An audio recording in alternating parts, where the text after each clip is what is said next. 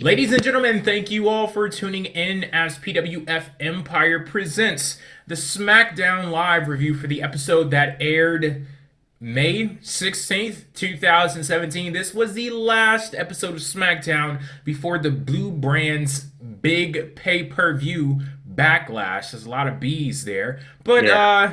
yeah, let's go ahead and get right into it. I am Jay, and I am joined tonight by Justin.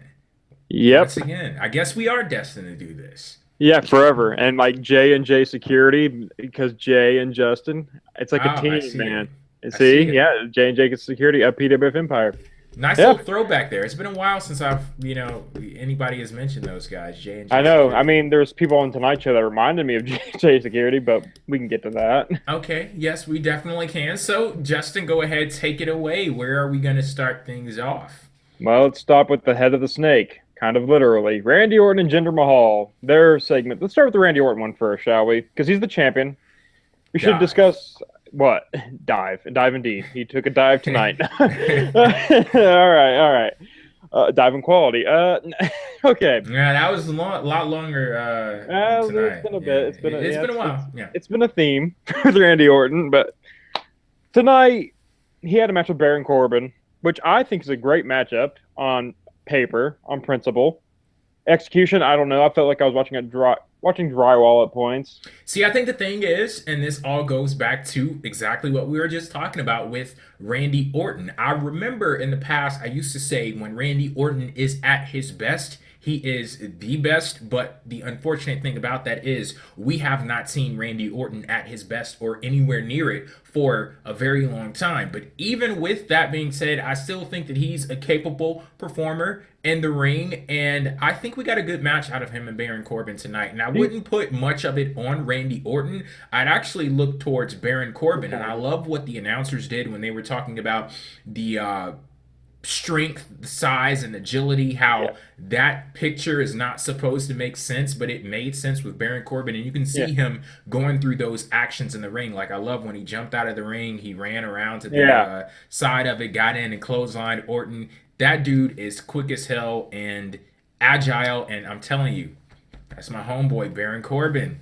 He Yes, is also but my homeboy. Not to sound like a co-signer, but it's just my thing with the match isn't. It wasn't really anybody's fault, really. For me personally, I wasn't as high on it as you were. I like the thing with the spot you were talking about in particular. hmm I feel like it was like deja vu at one point because he kept doing it. I didn't think it was yeah, just he going to did it be just running. again later on in the match, but I think And Randy then the Orton caught conclusion him. also, he did it for a third time. I was just like, whoa, Yeah. am I just that dream running here? I'm like I feel like I've seen the spot before.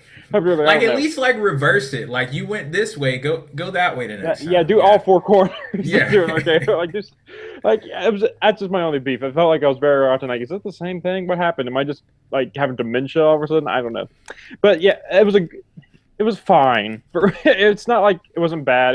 It wasn't great. It was just an okay main event, which I guess is the best we could say. I don't know. Then we have Randy Orton's relationship with Jinder Mahal. Before we get to the whole Jinder Mahal promo with AJ Styles, whatever, I was thinking, you caught the promo right where it was like Yeah. Randy Orton saying, "Yeah, he doesn't like all this because of this. It's because he's an ass." Man, could you hmm feel the heat?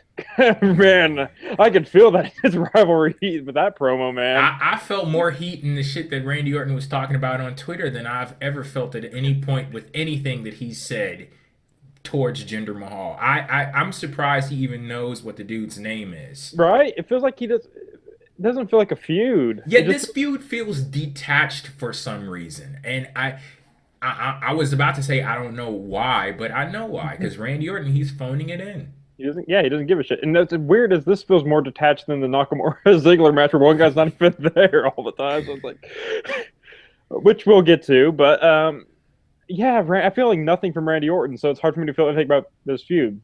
Which brings us to the other side of the feud, Jinder Mahal, and he cut a promo against AJ Styles tonight, saying basically he quoted Gandhi, so I guess I'm supposed to boo him there. I'm booing Gandhi. WWE is just letting all of the deplorables, like they're just giving them a playground. Boo foreigners, boo brown people, boo Mahatma Gandhi, like Because that's who I want to man, boo when a yeah, wrestling boo product dies. diversity. No, that okay, fine. And he was saying, "I'm gonna do what I'm gonna do to you what I'm gonna do to Randy Orton on Sunday, and that's gonna be into your, I'm gonna hurt you or something." I couldn't, honestly, I can't get too invested. I like you talked about Jinder Mahal's cadence a couple weeks ago, how you like how like he talks, he has that voice that I likes his commands. presence. Yes. Yeah, Did and I I was say thinking I about likes his pres? I like his presence. you like Jinder Mahal presence. And I was thinking about that tonight, and I was like, going into SmackDown tonight, I knew he had a match with AJ Styles. It was advertised. And I'm like, okay, I'm being too harsh on Jinder Mahal because of his booking. Let's see how he's in the ring. Last week was a Hmm. tag match, whatever. And watching the match, he was in the ring with AJ Styles. Perfect opportunity to showcase himself. Probably better than Randy Orton in the ring is AJ Styles. And I'd I have say to, definitely. Yeah. yeah. I think not anybody's gonna be like, man, you're crazy. But I have to be honest with you. I have to be honest. Okay. I I'm hard pressed. Maybe you could give me a better answer, but I'm hard pressed to think of a more boring AJ Styles match in my entire life than the one he had with Jinder Mahal here tonight. See, and this You would, all comes down to Jinder Mahal and his this completely out of nowhere mhm. push, and we keep going back to it because it shows the significance and why something like this should not happen. Because Jinder Mahal was not created in a vacuum. He's not getting a push in a vacuum. Whatever happens to Jinder Mahal, it reverberates throughout the entire product. Now, I'm supposed to sit here and accept Jinder Mahal pinning AJ Styles, the greatest wrestler on the face of this damn planet. You want to talk about the best in the world? It's all in AJ Styles. He can go out there and have a 5-star match with a friggin' broomstick. And I think maybe this is the same thing with you, but I know for Could be. sure it's with me. I was sitting there, and throughout that entire match, I'm thinking Jinder Mahal is going to pin AJ Styles. Oh my Jinder god, Mahal is I going to was pin AJ Styles. And like, if I'm being completely honest, that affected my enjoyment of the match. And hell, call me biased and say that's unfair. So be it. I mean, that's what it is. Like I said, Jinder Mahal was not created in a vacuum. Who he is and the push that he's getting, it reverberates throughout. And that's just a very hard pill for me to swallow and sit there and watch a match just knowing this guy has a championship match on Sunday. He's got to have some momentum going into that mhm. match. And the way that he gets that momentum is pinning AJ Styles. Uh, No. Were you also banking like Kevin Owens would like DQ finish? Like I was hoping for a DQ finish because I didn't really believe AJ was. I thought maybe Randy. I was hoping for anything except what we got, which was ultimately what we led to was Jinder Mahal beating AJ Styles. And mind you, AJ Styles beat John Cena how many times? few Pinned John times. Cena. Yeah. Well, what's it a few? SummerSlam, No Mercy pinned him there. Yeah. Mm-hmm. Money in the Bank. I took. I'm not a historian. Shit. Like I find it hard just to remember what I had for breakfast this morning. So yeah. Can't remember. Yeah.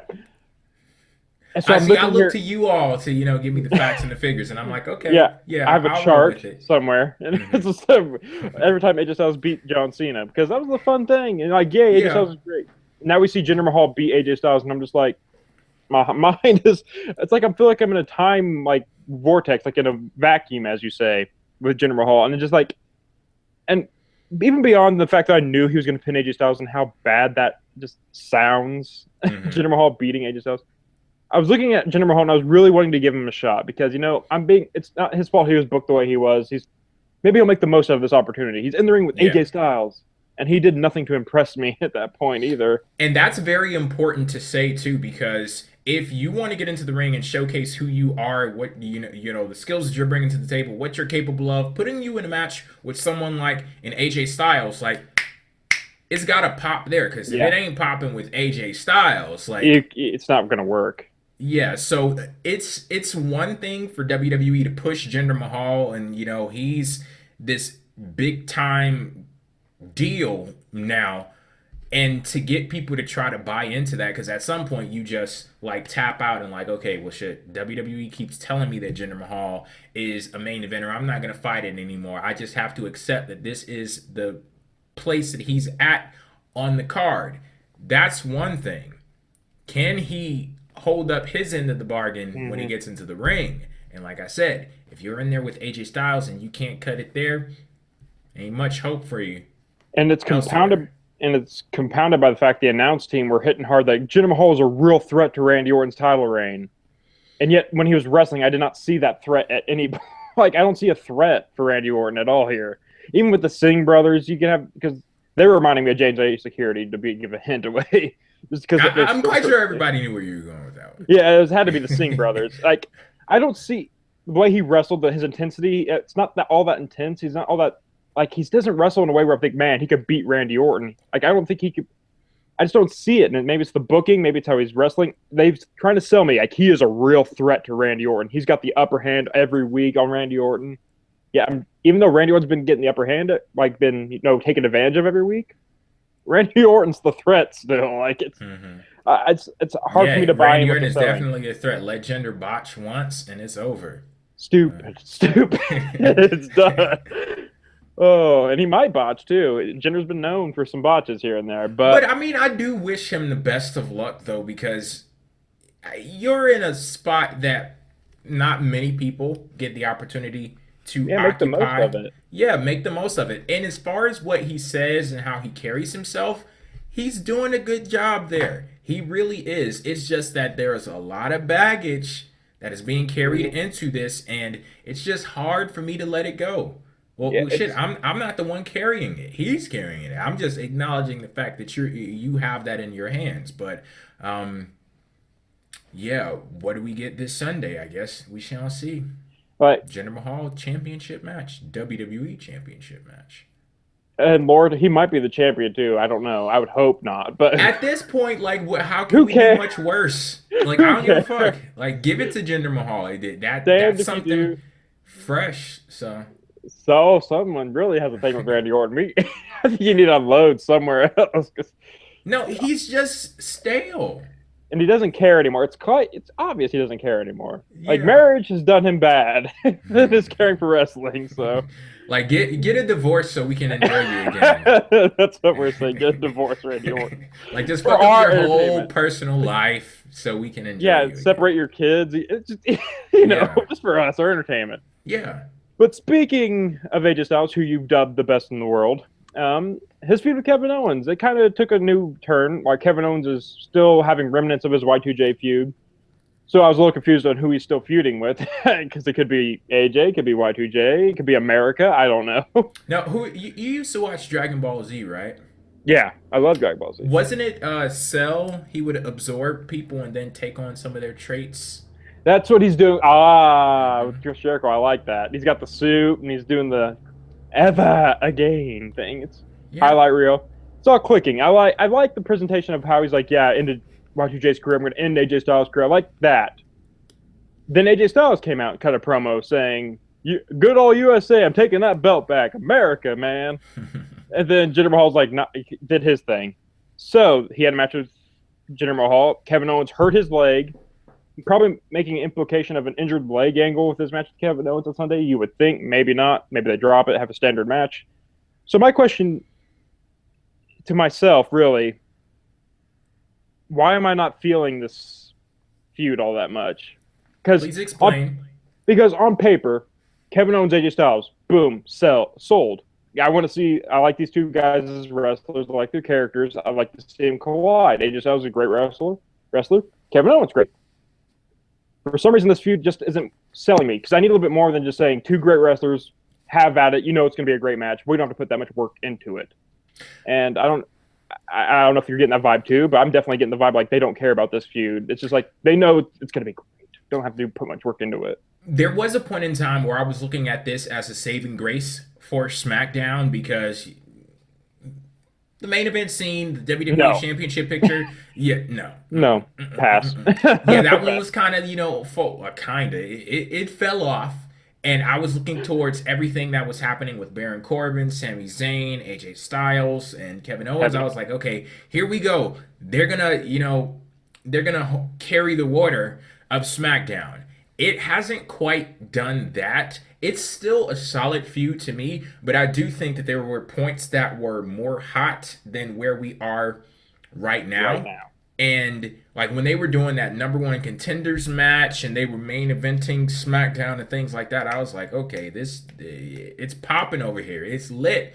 It's kind of like simmered down just a little bit, which is what I did not expect to happen because I was thinking once they got past Chris Jericho, oh, they were going to take this thing into overdrive. Like, I'm not at a point where I can say that I'm disappointed by it, but I can't acknowledge that things have cooled down just a bit, but it's still a solid feud for me going into Backlash. I can see that. It's just I don't know exactly. Besides, AJ Styles wanting to take the belt back for America purposes, I don't really feel like there's a big rivalry feud going here. Mm-hmm. I feel like Kevin Owens is too distracted with Chris Jericho. Like that kind of bled into this, and it's just like there's no.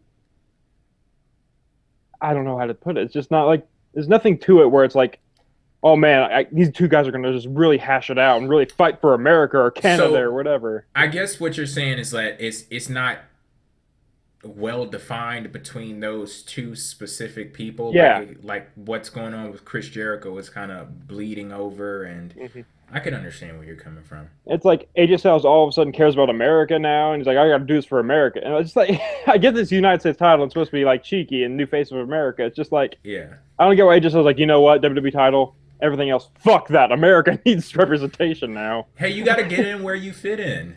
And you say America needs representation. It sure as hell does. Mm-hmm.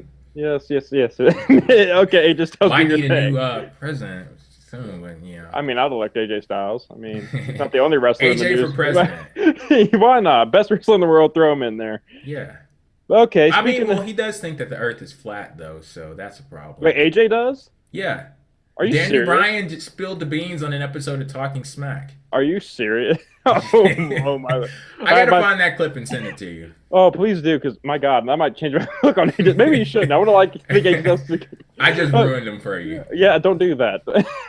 I need AJ Styles to help me get through SmackDown. But AJ Styles, Kevin Owens, both highlights of SmackDown to you. Now let's talk about another potential highlight of SmackDown: the Tag Team Championship Division. Breezango, Usos. Breezango had another episode of the Fashion Files, which I laughed really hard. Yeah, I love those Fashion Files segments. My favorite one so far is like Ish 1. Like what is what was it? Is H. Is H. What is H? I don't know why, but it's so stupid that it worked for me. Yeah, they're cheesy as hell, but very entertaining. I love when WWE does stuff like that where they let these characters exist in their own world. Like if you tell me this person is this, I want to see them be that. You're telling me they're fashion police. Let me see them be fashion police. You know, handing out tickets and being detectives, and that's all good stuff. It's cheesy as hell, but this is the kind of cheesy that actually entertains me. And you got to give credit to Tyler Breeze and Fandango. They're selling the hell out of it. Like Fandango is in his own little world, it feels like sometimes. So it's great. Mm-hmm. But then they had a match with the Colognes. Pretty inconsequential. They won. They got momentum. But what came really probably my highlight of SmackDown was the Usos and their promo. I like how intense they are now. Like they're just like, dude, I'm going to put you on a gurney. If you can't get one, there won't be one. Like it's all this good stuff. Like they played on the Fashion Police thing. They're playing off each other. I'm like, man, I really like Breezango. I like the Usos. Good stuff. I'm conflicted. Hey, I like that kind of state of being conflicted when you have two people feuding or two entities feuding, and you're like, I don't know which one to choose from because both of them are good. Hell, I want to be conflicted in every feud in WWE. Yeah, right. It's like, oh, man, not whatever the hell our main event is, but we're just like, I don't care. Yeah, I'm conflicted on what to dislike more: Jinder Mahal's rapid push, or Randy Orton just not giving a fuck. Not a single fuck given. But hey, his fucks took a dive. Oh my God, yeah, yes they did, But yeah, I think a really big credit to the tag team division. Like surprisingly, because maybe we should compare and contrast to Jinder Mahal because Breezango got a push out of nowhere.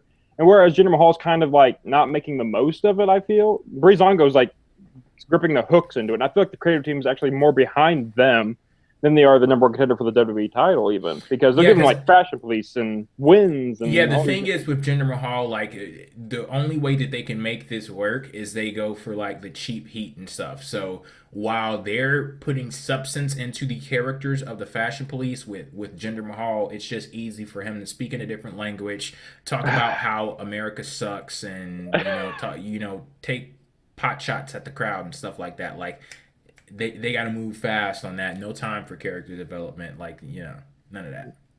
No, and he's just calling himself the Maharaja. I don't know what Jinder Mahal is anymore. Like, what is this character? Can you tell me what Jinder Mahal's character is? I know we're on Breezango now, but I know what their characters are. He's Tell brown. me. Like, that's a character trait? Well, Yeah, fuck in it. WWE it is. Oh my god. Well, yeah. In He has a America nice too, but beard. I digress. I guess he has a limousine. I don't even know why the Bolly Boy boys are with him besides racism, but Indian teams put them together. I mean, it's WWE, man. Because Don't who need said much more that? than that. Who said that on the old PWTR about the Colognes, like Primo and Epico are a tag team? I don't want to hear that's racism. Who was it? Stu? It was That Stu. sounds like something Stu would say. It's racism. It's kind of the same thing. I don't know. But Breezango Usos, thumbs up for me on all points. Now, let's talk about your girl, Charlotte, and her My home segment. girl. Charlotte holding it down. Mhm. They had a contract signing for a 6-woman tag match for Backlash. I don't know why it was a contract signing. Besides, get everybody in a segment. We're out of ideas. Let's just have Again, it it's happen. WWE. That you explained it exactly. The funny thing is, you keep saying that. Like, I don't know why they're a team except for Bam. Like, that's it. I don't know why they had this contract signing except just to get them all in the ring and have a segment. Bam, there you go. Yeah. Well, I want more story purposes why it's happening, besides to get Shane McMahon a paycheck and all that good stuff. But whatever. Honestly, the segment was pretty bad until Charlotte picked up the mic. Then it picked up from there. Mm-hmm. Like, Natalya she didn't sound genuine. She sounded kind of eh. Tamina didn't get to say anything. Neither did Carmella. Nothing. They never get to say things. They just stand back there. Naomi said something. She did a snatch gimmick, and I'm just like, Snatching everybody bald. yeah. It felt very, I don't know.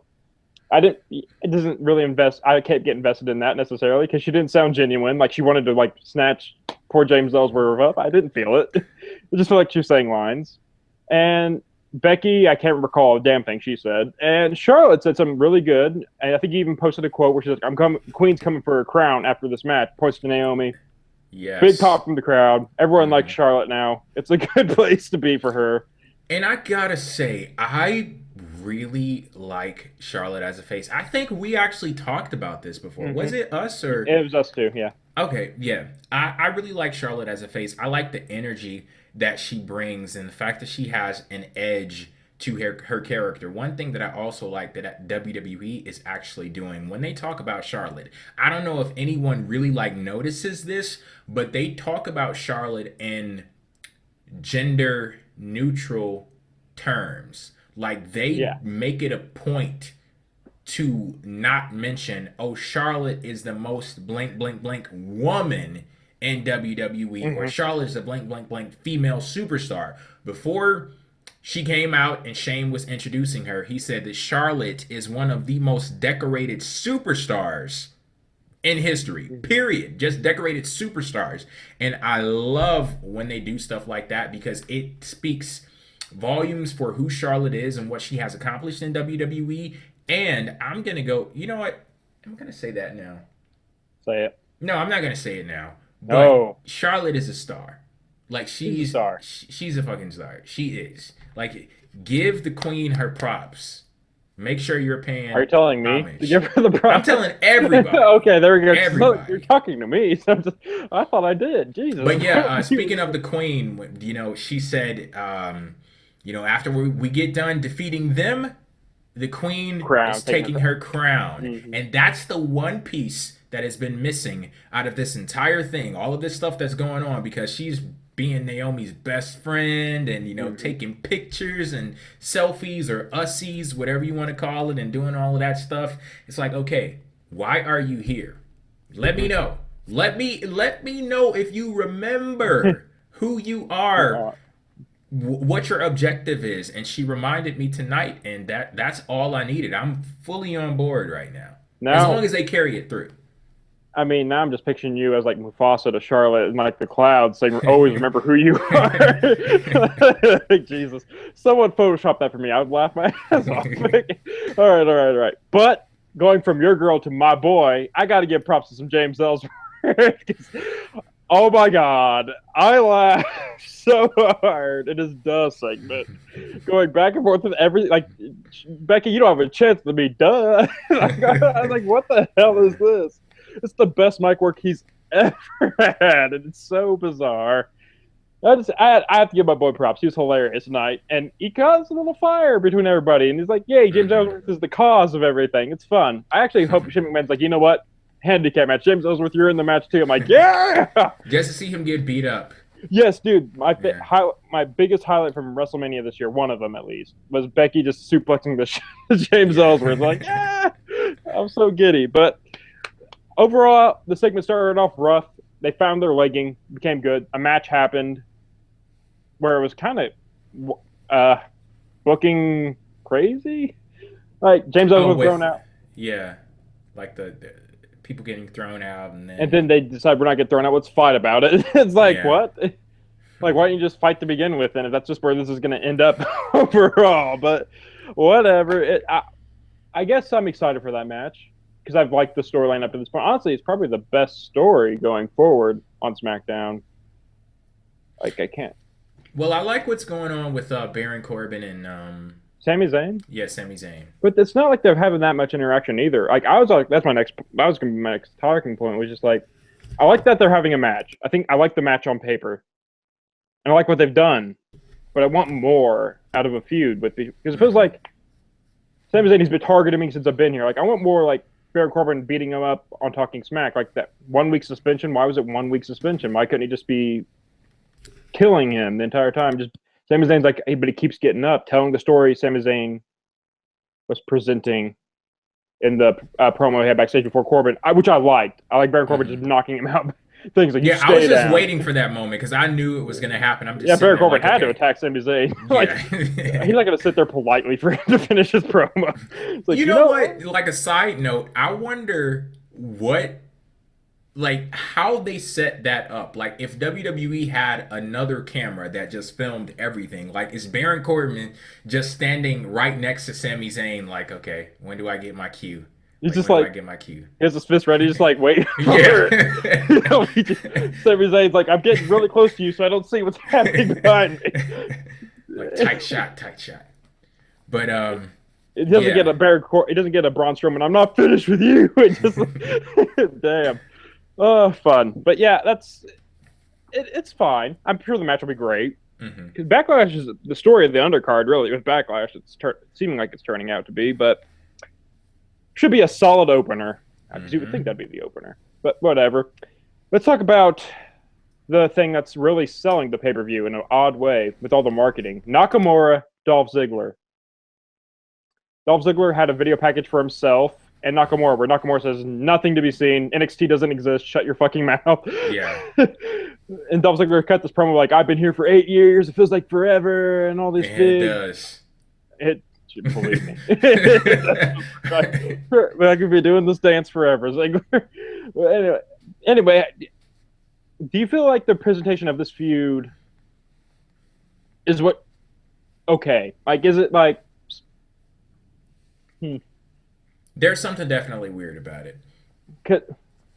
Like, I'm wondering why Nakamura. Like, I wish I understood the dynamics of Nakamura's contract maybe more, because I don't know if he's there. I know they want to have his first match be at Backlash pay-per-view. I like the idea of that, but I'm like wondering why he's not there at least to do things like Ziggler's in a match and Nakamura to stand out there or something like that. This is probably just the demands of this specific storyline, because I don't know if it was you that said it or somebody should have, like, I'm doing so many shows these days, I'm like mixing everything together. I don't know. Yeah. Somebody said that it seemed like Dolph Ziggler, every time he goes out to the ring, he's cutting the same promo.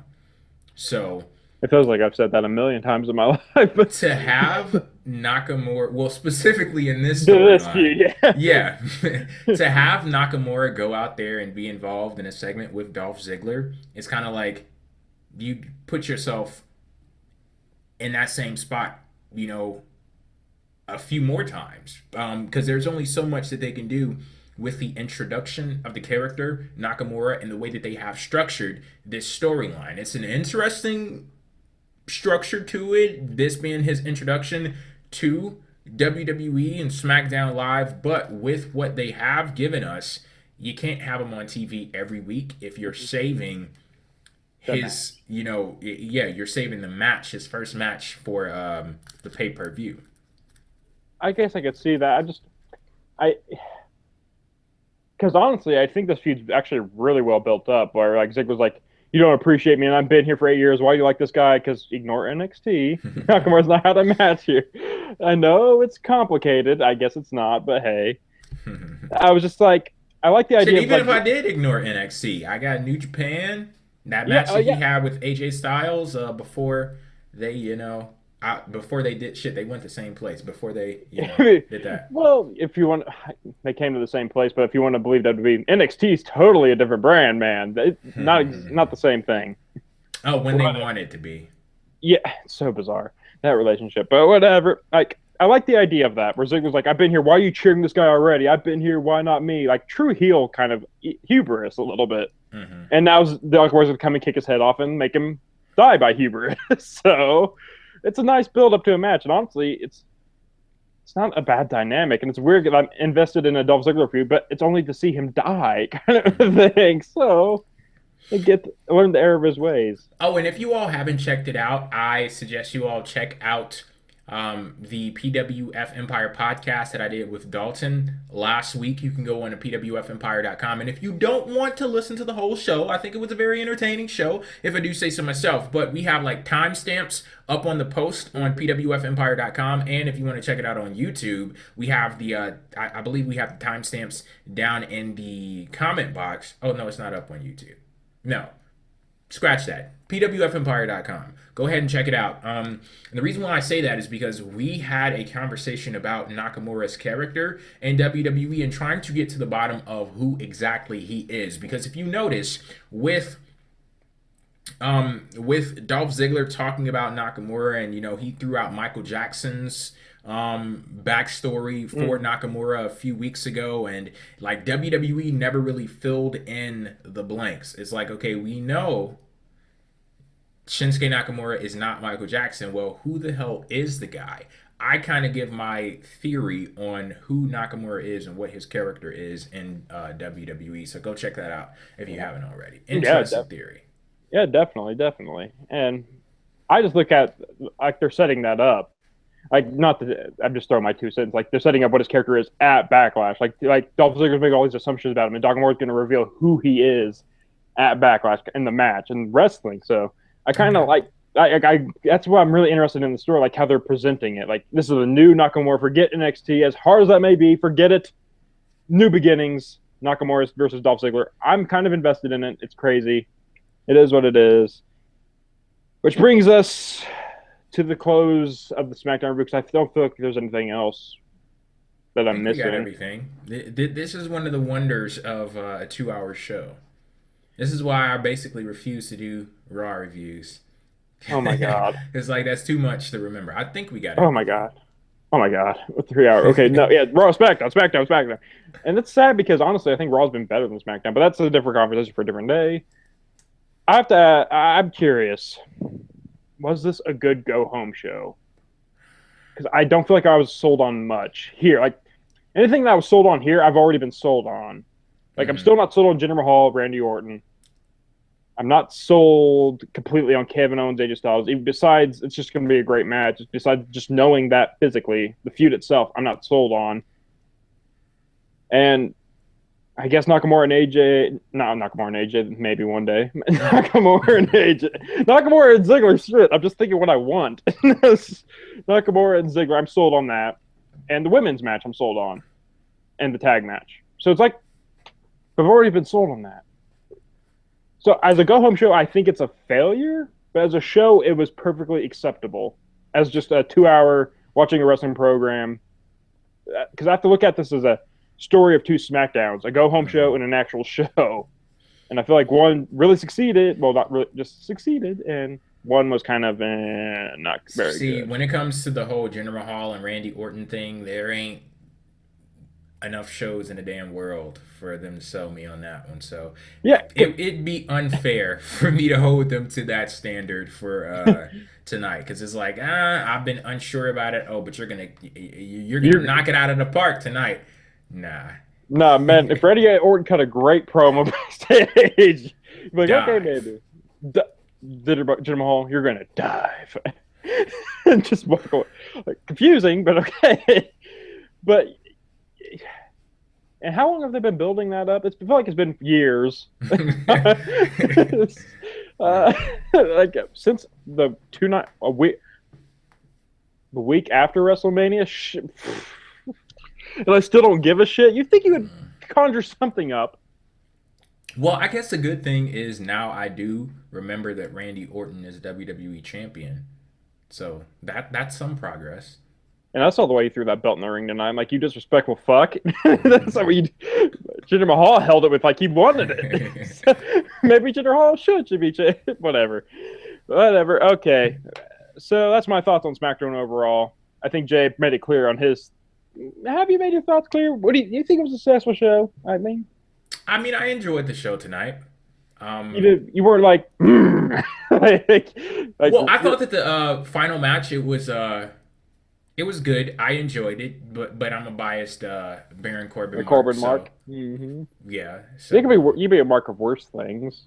Yeah, like Tony and Roman Reigns. Jesus Christ, we're not gonna put her under the bus like that, because now a bunch of people on Twitter is like, who? Give me the person's address. No, it's okay, guys. All right. We're gonna wrap it up. We don't do grades on here. Actually, I feel like tonight's show was a great Z. If I'm being honest, I'll give it an R. An R. Yeah. For ridiculous, repugnant, Rapunzel. See, I didn't think it out that far. I just picked a random letter. Okay, fine. I go Z because honestly, Jinder Mahal's a Z grade #1 contender. Oh, we're funny and fun, whatever. All right, that's about it for us tonight, guys. I hope you enjoyed SmackDown more than I did, and I hope you enjoyed the review as much as I did, which is a ton. I'm smiling. If you're watching me physically. I am Justin. This is Jay. Check out PWF Empire podcast on pwfempire.com. Is it .net or .com? It's .com. It's both. Right. Oh, shit. This is legit. Because at one time it was net, wasn't it? Yeah, when somebody stole pwfempire.com from under me. And they tried to sell it back for like I think like $3,000, and I was like, "Fuck that." That's why you hired me as your attorney, and I squared it up. It's all good. I'm the Johnny Cochran of 2017. It's okay. If it does not fit, you must acquit. Exactly. The name doesn't fit you like it fits us. You must acquit. And there's like the judge, like, damn, perfect reasoning. Bam, got you your sight. That's it for us, for real. I'm Justin. That's Jay. We're out. Peace.